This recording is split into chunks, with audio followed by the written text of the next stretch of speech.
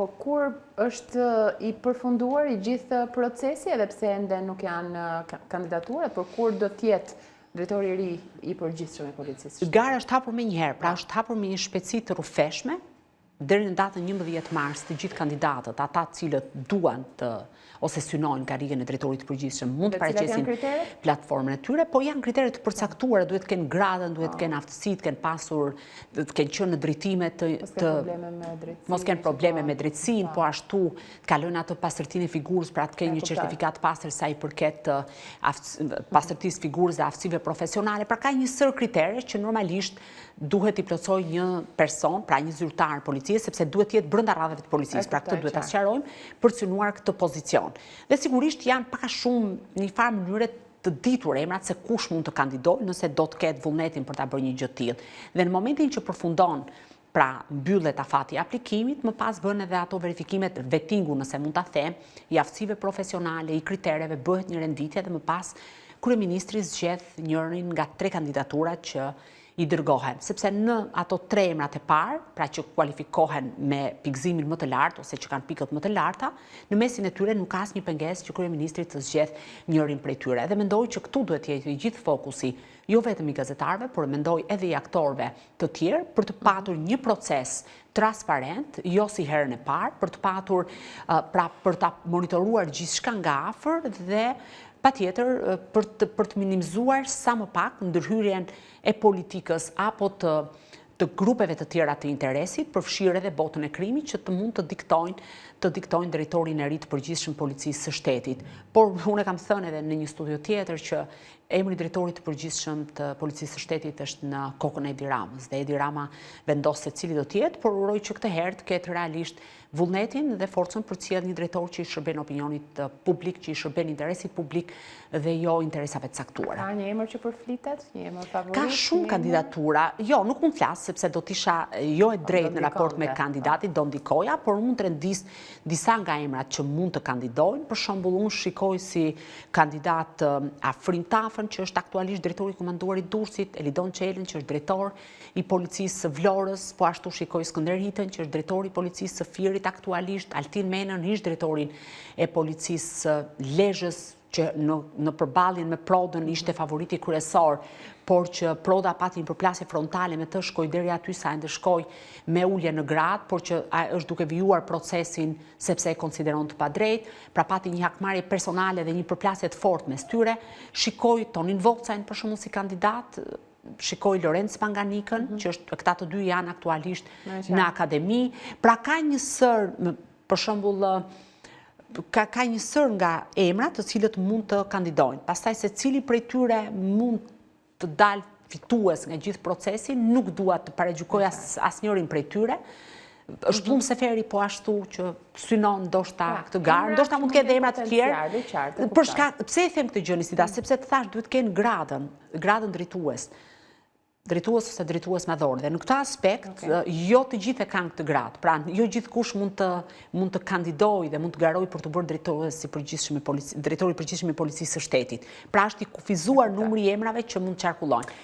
Patjetër pastaj duhet parë, sepse mund vinë dhe emra surprizë që ne nuk i presim edhe. Zakonisht. Megjithatë, duhet të kaloj tani në një tjetër çështje, për cilën kemi folur gjithmonë dhe vijon të flitet, çështja Balluku, edhe pse vëmendja përqendrohet tek ajo dosje me rreth 16.000 faqe dhe që shumë pak informacion del prej andej. Gjithsesi ajo që unë pyes është ka një hetim pasuror, por çfarë informacione, çfarë detaje që janë mbledhur, çfarë prova që janë mbledhur deri tani dhe deri në çpikja? Atëherë, sikurse ju e thatë, ka një hetim pasuror ndaj zonjës Balluku dhe personave të bashkëlidhur me të. Sigurisht që hetimi pasuror është një hetim që kërkon shumë kohë dhe kërkon një thellim të prokurorëve të posaçëm në raport me mënyrën se si ata e shtrojnë ose ka një strategji për të ndjekur.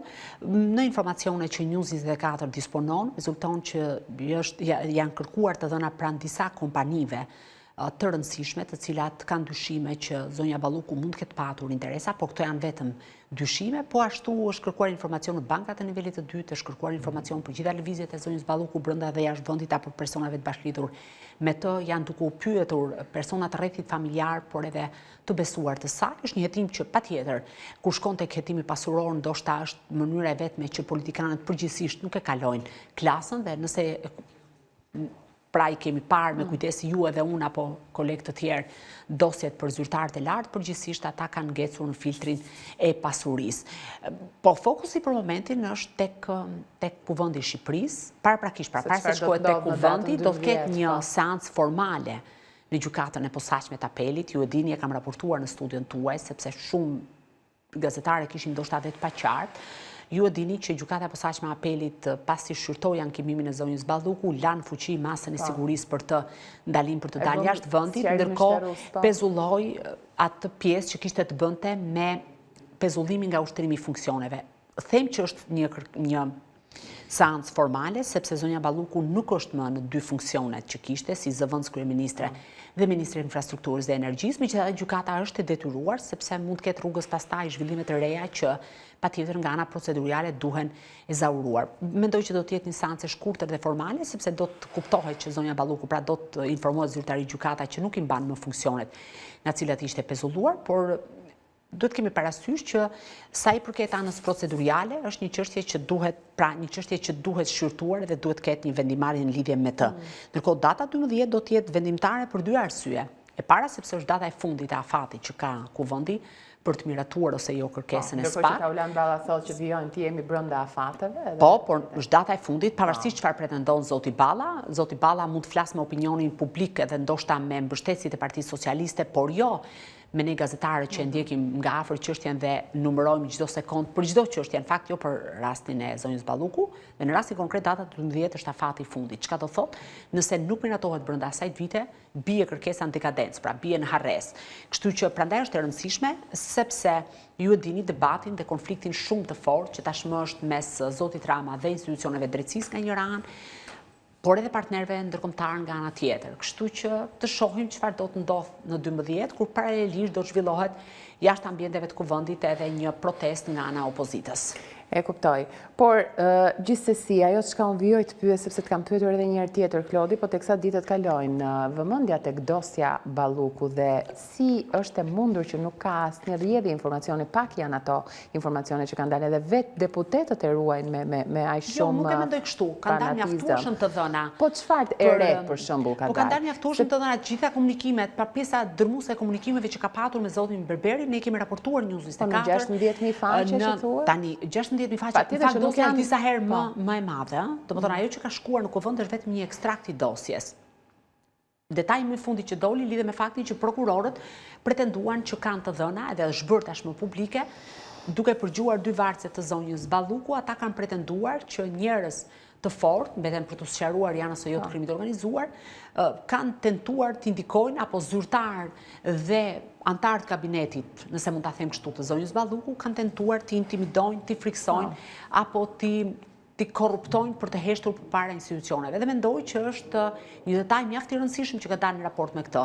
Mesazhet e shkëmbyera me ish kreun e autoritetit rrugor shqiptar Evis Berberi kanë dalë. Ka pasur të dhëna që kanë rrjedhur lidhur me kontrollin e disa kompanive, marrjet e celularëve. Pra besoj ka pasur mjaftueshëm informacione sa i përket hetimit të kryer. Tani, sigurisht që dosja nuk është duhet patur dhe kujdes sepse cënohen aspektet caktuara të hetimit dhe nuk është për gjykim publik. Ky proces është një proces që është duke vijuar, do të shkojë nesër në gjykatë, do jetë një proces me dyert të hapura, sado që të përpiqen ta kufizojnë sot informacionin, nesër procesi do të jetë i hapur, kështu që asgjë nuk do të mbetet e pasqaruar ditë pas dite, sepse kështu është rrjedha normale një procesi hetimor dhe më pas gjyqësor. Kështu që pastaj këtë pyetje duhet t'ia drejtoni pak edhe opozitës, sepse ju e mbani mend zoti Bardhi erdhi me dosje në studio edhe tha disa gjëra tjera, tha disa të reja. Dakord. Pra i tha, se ka patur raste për shkakun që opozita i ka tundur dosjet e ka thënë që duket sikur në këtë rast se është pak e stepur. Mirë, megjithatë Klodi, një çështje tjetër me shumë rëndësi është edhe çështja e Akshit. Çfarë po ndodh me këtë çështje? Në çpik janë hetimet, a ka ndonjë lëvizje tjetër? Zhvillimi më i rëndësishëm ka qenë dëshmia e Daniel Shimës, ish zëvendës drejtorit të Akshit, që emri i tij është artikuluar për herë të parë gjatë një interviste të ish zëvendës kryeministrit Arben Ahmeta, i cili është aktualisht në Zvicër me urdhër kërkimi ndërkombëtar nga ana e SPAK. Duhet theksuar që ditën e sotme zoti Ahmeta është marrë zyrtarisht i pandehur bashkë me partnerin e tij dhe ish bashkëshorte për disa akuza si korrupsioni, pastrimi i parave dhe fshehja e pasurisë, për çështjen që dihet tashmë sepse është bërë publike. Daniel Shima ka dhënë një dëshmi të detajuar dhe për herë të parë ka folur edhe për atë që u konsiderua si një largim me dëshirë fillimisht, por ka folur dhe ka pranuar që është rrëmbyer dhe ka dhënë detaje mjaft interesante. Pra ky është zhvillimi më i ri sa i përket hetimit penal dhe sa i përket fakteve tronditse se si grupi kriminal i drejtuar nga Ergyes Agasi dhe Ermal Beqiri dyshohet se rrëmbenin rivalet e tyre apo persona që i konsideronin pengesë. Daniel Shima ka thënë detaje tronditse, mënyrës kush të mbajtur, kush janë persona që ai dyshon, si më pas e liruan, çfarë e detyruan të thoshte në komisariat më pas për që çështja të pushohej.